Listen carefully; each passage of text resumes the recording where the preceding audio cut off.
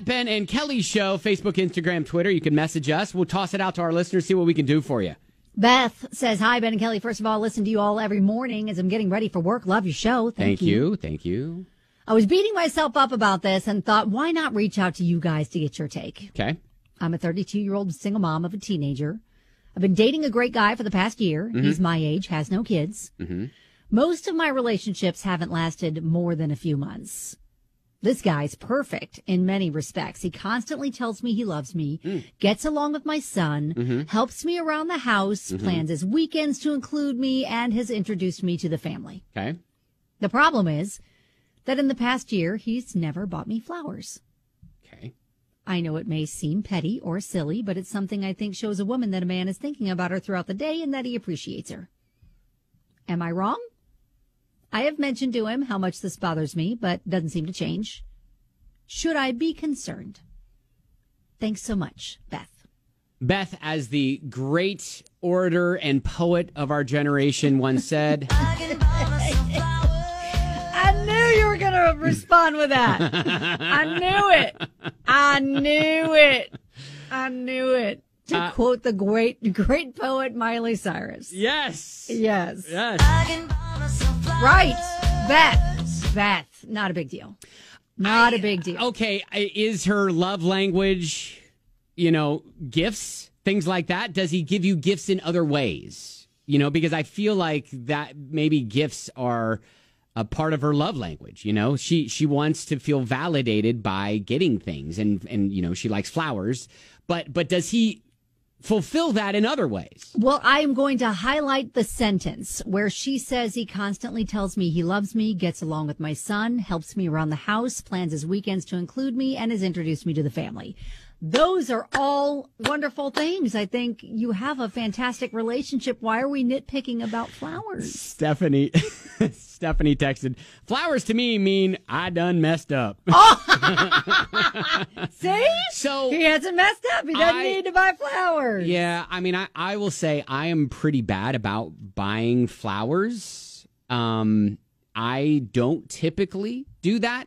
Every now and then I will, just like if I see them at the discount rack at Kroger, and I'm like, oh, those guys are going to die soon. I'll get them, put them in I'll rescue the flowers. I'll rescue the flowers, put them in a vase for a couple of days. They can adorn our dining room table. It'll be fine. And then they can die in a nice house. They can die knowing that they have been cared for at least a day or two. Appreciated by our family. I'm not a big flower buyer for my wife, and I don't think she expects it a lot from me, to the point where when I do bring flowers home on an occasion like a Valentine's Day or a anniversary or something, she's like, did you get them for free? Or what'd you do? Is this an apology? Or what'd you do? What are you gonna do? Are you gonna apologize now? Yeah, I think this text from a listener: don't go looking for trouble where there isn't any. Exactly. Seems like he's a good guy, and yes. you highlighted the whole sentence where he constantly tells me he loves me. Yes. I'm going to highlight the sentence: he is my age and has no kids. Girl, in Louisville, that is rare. Hang on to that.